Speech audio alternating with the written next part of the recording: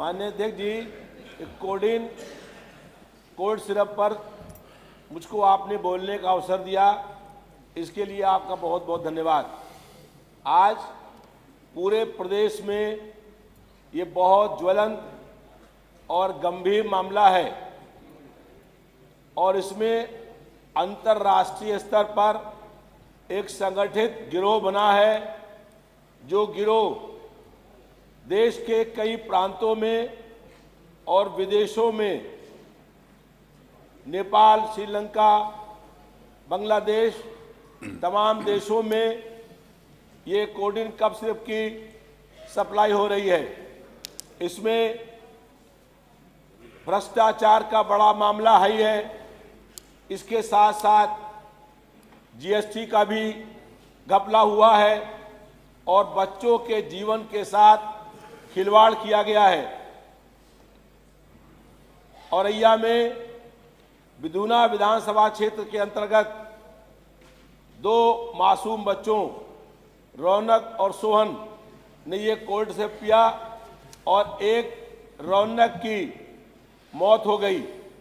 अब बहुत से बच्चे ऐसे होंगे जिन्होंने ये कोल्ड सिरप पिया होगा और ये कफ सिरप पीने के बाद उनकी मौत हो गई होगी, लेकिन उनका पोस्टमार्टम नहीं हुआ, क्योंकि बच्चों का पोस्टमार्टम ज़्यादातर लोग नहीं कराते हैं, इसलिए बड़े पैमाने पर लोगों की मौत हुई। इसमें जो संगठित गिरोह चल रहा है उसमें समाजवादी पार्टी के राष्ट्रीय अध्यक्ष माननीय अखिलेश यादव जी ने, जो प्रदेश के जननायक हैं, पूर्व सांसद का नाम लिया धनंजय सिंह का, जो 2005 में भारतीय जनता पार्टी की सहयोगी पार्टी है जनता दल यू, उससे इसी विधानसभा का सदस्य रहा है, जो आज इस पूरे गिरोह का सरगना है। और उत्तर प्रदेश में कई बड़े लोग इसमें शामिल हैं। आज उत्तर प्रदेश में 1 डिस्ट्रिक्ट और 1 ड्रग माफिया चल रहा है। नशीली दवाएं का सेवन हो रहा है और बड़े पैमाने पर जो है ये संगठित गिरोह नशीली दवाओं की बिक्री करने का काम कर रहा है। मान्यवर, इनसे बच्चों की मौत तो हो ही रही है, उसके साथ साथ विदेशों में इस प्रदेश की छवि खराब हो रही है।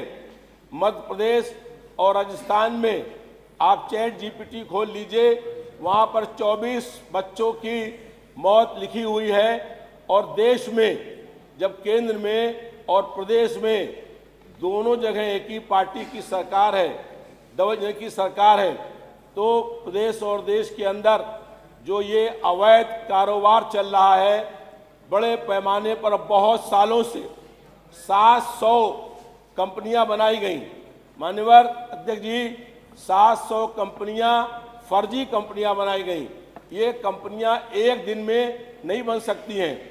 ये पिछले 3-4 सालों से जो 700 कंपनियां बनाई गई और उन 700 कंपनियों से ये अवैध कारोबार चलने का काम हो रहा है। अब इस पर सरकार ने कहा है कि जांच हो रही है। अब मांग ये है कि इसकी जांच सीबीआई से कराई जाए या किसी वर्तमान या पूर्व न्यायाधीश से जांच कराई जाए, तब ये सारा मामला खुलेगा, क्योंकि इसमें बहुत बड़े स्तर के ऊपर लोग संलिप्त हैं, उनको संरक्षण मिल रहा है। और इसीलिए एक लखनऊ शहर के अंदर मान्यवर सोने की बड़ी लूट हुई थी और उस लूट में एसटीएफ का एक सिपाही बर्खास्त हुआ था। उस सिपाही आलोक सिंह की सैकड़ों करोड़ की कोठी बनी हुई है। आप जाके मालूम करिए कि एक एसटीएफ के बर्खास्त सिपाही की इतनी बड़ी कोठी इतने दिनों में कैसे बन गई, और सरकार लखनऊ प्रदेश की राजधानी में सरकार उसको जान भी नहीं पाई कि इतनी बड़ी जो है वो घपला चल रहा है, घोटाला चल रहा है और एक बड़ी कोठी बन गई। ऐसे ही मान्यवर जो बात होती है, चलता है बुलडोजर, कोई गरीब की झोपड़ी है, कोई कच्चा मकान है, कोई बेबस लाचार असहाय आदमी है, उसका झोपड़ी गिरा दी गई, उसका मकान गिरा दिया गया। लेकिन अब पूरा प्रदेश पूछ रहा है कि जो ये कब सिर्फ के अपराधी हैं, इनका बुलडोजर से मकान कब गिरेगा। इनका जो बुलडोजर का ड्राइवर है, जो लोगों ने कहा कि ये कब सिर्फ पी करके नशे में हो गया है, उसको कब जगाया जाएगा। और अगर सरकार निष्पक्ष है, मुख्यमंत्री जी यहाँ पर मौजूद हैं, तो ऐसे लोगों का कल ही मकान गिरना चाहिए जिन्होंने जनता के जनजीवन के साथ खिलवाड़ करने का काम किया है। जो बच्चों के मौत के दोषी और जिम्मेदार हैं, उनके खिलाफ कड़ी से कड़ी कार्रवाई होनी चाहिए। आप यहाँ से निर्णय करिए माननीय अध्यक्ष जी कि किसी न्यायालय के न्यायाधीश से पूरे प्रकरण की जांच कराई जाए। जब जांच होगी तो जनता जानेगी कि कौन कितने बड़े लोग इसमें शामिल थे और किन लोगों के संरक्षण में इतना बड़ा अपराध होने का काम हो रहा था। मान्यवर, अभी कहा गया, यहाँ पर मुख्यमंत्री जी ने कहा कि देश में दिल्ली में 2 नमूने हैं। अब आप बताइए, जो उत्तर प्रदेश का जननायक है, जो उत्तर प्रदेश में सबसे बड़ी पार्टी है, उसका राष्ट्रीय अध्यक्ष है, प्रदेश के मुख्यमंत्री हैं। किसने कहा उनके लिए? आप जबरदस्ती कह रहे हो उनके लिए। बोलने दीजिए, हमारी बात फिर आप कह दीजिएगा।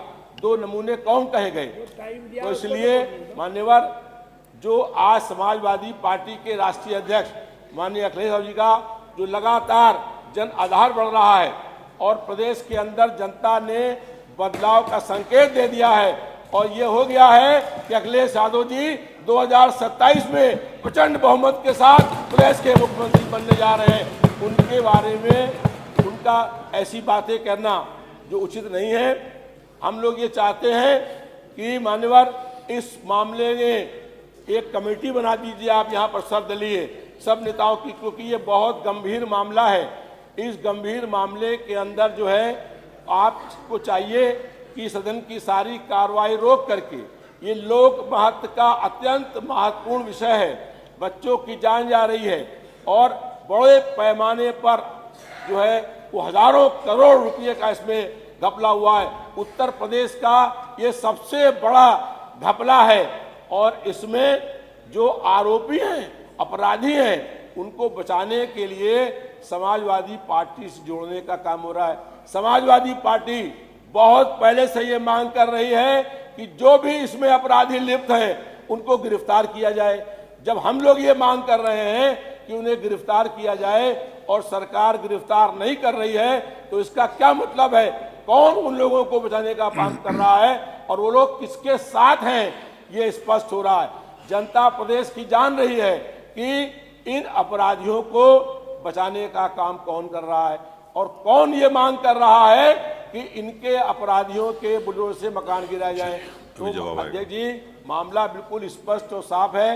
ये बच्चों के जनजीवन के साथ खिलवाड़ है, उनके जीवन के साथ खिलवाड़ है। और जो मैंने आपसे कहा, आप मालूम करा लीजिए, विधुना में, औरैया में माननीय मुख्यमंत्री जी ने कहा कि कोई मौत नहीं हुई। चलिए, वो बताएंगे ना, जवाब देंगे। की मौत हुई है और उसका भाई जीवन और मौत से सुवन संघर्ष कर रहा है, उसका कब सिर्फ पीने से मान्यवर, मुख्य बात यह, किसी अपराधी को बचाने का काम नहीं हो, कोई काम बचाने का नहीं हो। दोषी अपराधी है उसके खिलाफ कार्रवाई हो, उसके घर पर, उसको आज ही घर पर उसके बुलडोजर चले, तब जनता मानेगी कि बुलडोजर के माध्यम से जो आपने कार्रवाई करी थी वो ठीक थी। लेकिन गरीब, असहाय, बेबस, लाचार लोगों के मकानों को आप गिरा दीजिए और जो बड़े बड़े अपराधी हैं उनको बचाने का काम करिए।